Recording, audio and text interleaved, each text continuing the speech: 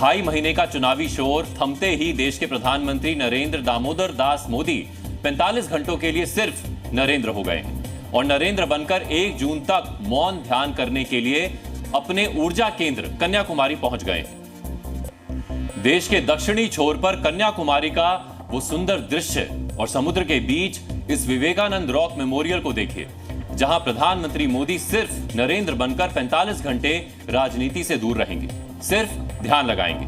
ये नरेंद्र की प्रेरणा का केंद्र है, क्योंकि यहीं 1892 में नरेंद्र नाथ दत्त ने भी 3 दिन ध्यान किया था।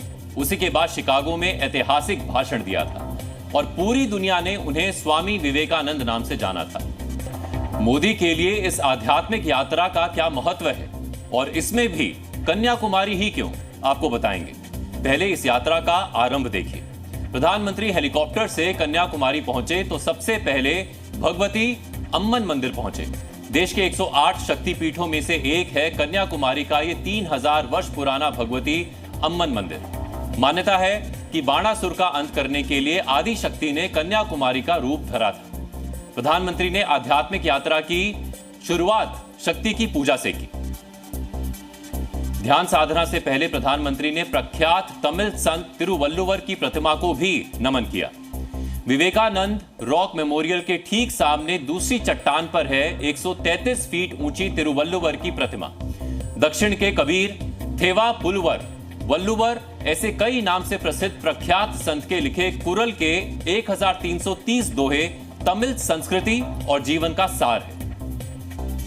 इसके बाद प्रधानमंत्री अपने मुख्य पड़ाव विवेकानंद रॉक मेमोरियल पहुंचे, जहां अब वो पीएम मोदी नहीं सिर्फ नरेंद्र बनकर 1 जून की शाम तक रहने वाले हैं। विवेकानंद रॉक मेमोरियल के ध्यान मंडपम में वो एकांत में रहेंगे और उसी तरह की मौन साधना करेंगे जैसी वर्ष 2019 में केदारनाथ की हजारों फीट ऊंचाई पर रुद्र गुफा में 18 घंटे तक की थी। विवेकानंद मेमोरियल समुद्र के बीच आध्यात्म का एक केंद्र है। स्वामी विवेकानंद के लिए इस जगह का वही महत्व था जो सारनाथ का भगवान गौतम बुद्ध के लिए था और यही जगह नरेंद्र को भी नरेंद्र से कनेक्ट करती है। स्वामी विवेकानंद ने इस शिला पर बैठकर 1892 में विकसित भारत, श्रेष्ठ भारत का सपना देखा था। जो देखा और जो सोचा था वही छाप 11 सितंबर 1893 को शिकागो के उनके ऐतिहासिक भाषण में थी। मोदी कई बार कह चुके हैं कि उनका idea of India Swami Vivekananda के विकसित भारत के सपने का ही मॉडर्न वर्जन है। पिछले साल 8 अप्रैल को मोदी ने चेन्नई के विवेकानंद हाउस में भी कुछ घंटे बैठकर ध्यान लगाया था। ये वो जगह थी जब दुनिया में भारत और हिंदुत्व का प्रचार करने के बाद स्वामी विवेकानंद 1897 में भारत लौटे थे और 5 फरवरी से 15 फरवरी तक उन्होंने 9 दिन ध्यान लगाया था। मोदी विवेकानंद को अपना आदर्श मानते हैं और देश में ही नहीं वैश्विक मंचों पर भी अक्सर कहते हैं कि दुनिया में भारत की शक्ति को सबसे पहले पहचान अगर किसी ने दिलाई थी तो वो विवेकानंद ही थे। मेरी स्वामी विवेकानंद जी के प्रति एक विशेष श्रद्धा रही है।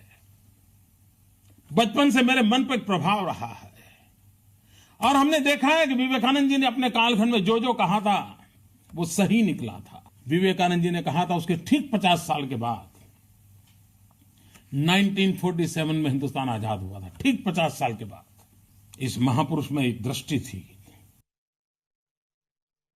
125 साल पहले भारत के महान आध्यात्मिक गुरु स्वामी विवेकानंद जी ने अमेरिका में शिकागो में वर्ल्ड पार्लियामेंट ऑफ रिलीजन के दौरान विश्व को एक संदेश दिया था। ये संदेश था harmony and peace and not dissension. विश्व के सबसे बड़े लोकतंत्र का आज भी अंतर्राष्ट्रीय समुदाय के लिए यही संदेश है, हार्मनी एंड पीस। वो बोलते हैं तो उफ और आह निकलती है, वो चुप रहे तो भी चर्चा उन्हीं की होती है। ये किसी कवि की पंक्ति नहीं है। मोदी की मौन साधना से जो राजनीतिक दृश्य बना है ये उसका सारांश है। पीएम मोदी 45 घंटे के लिए नरेंद्र हो गए हैं, लेकिन उनका नरेंद्र होना भी विपक्ष की नींद उड़ा रहा है। उसे नरेंद्र के ध्यान में भी मोदी की धांधली दिख रही है। दरअसल कांग्रेस कल ही मोदी की मौन साधना के विरोध में चुनाव आयोग पहुंच गई थी।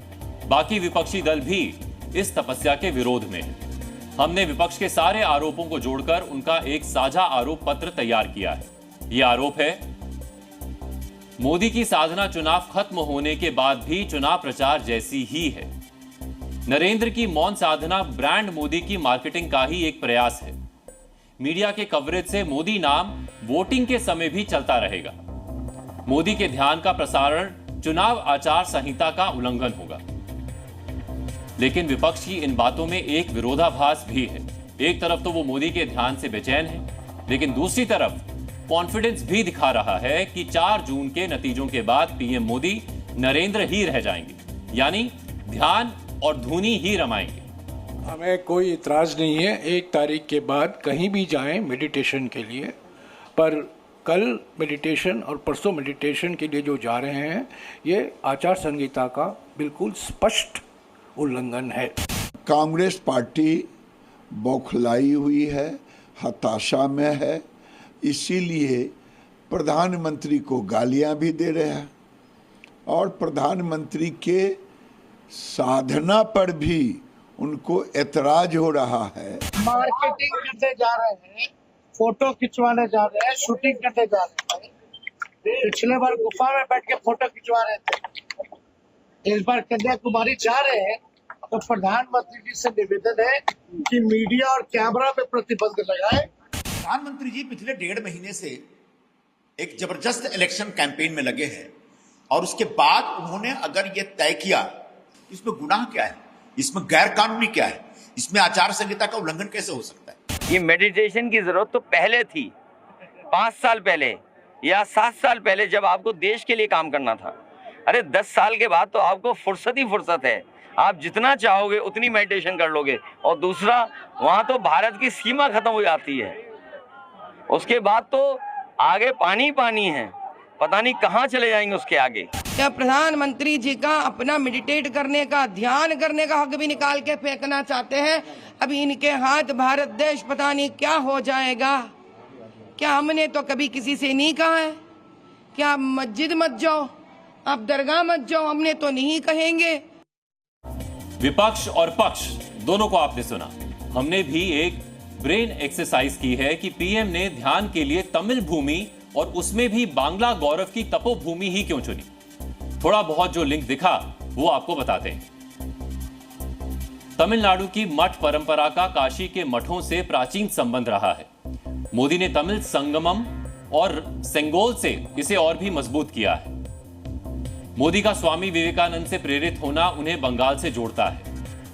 बनारस के निवासियों में तमिल और बांग्ला भाषी अच्छी संख्या में।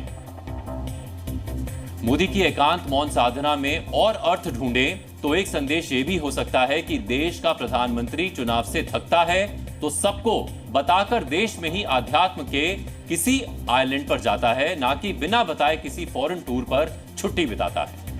खैर, विपक्ष के ऐतराज पर चुनाव आयोग की ओर से अभी तक कोई जवाब नहीं आया है। संभव है चुनाव आयोग भी रूल बुक पलट रहा हो कि चुनाव से दूर किसी समुद्री चट्टान पर किसी की तपस्या में वो कौन सी रूलिंग दिखाकर दखल दे सकता है।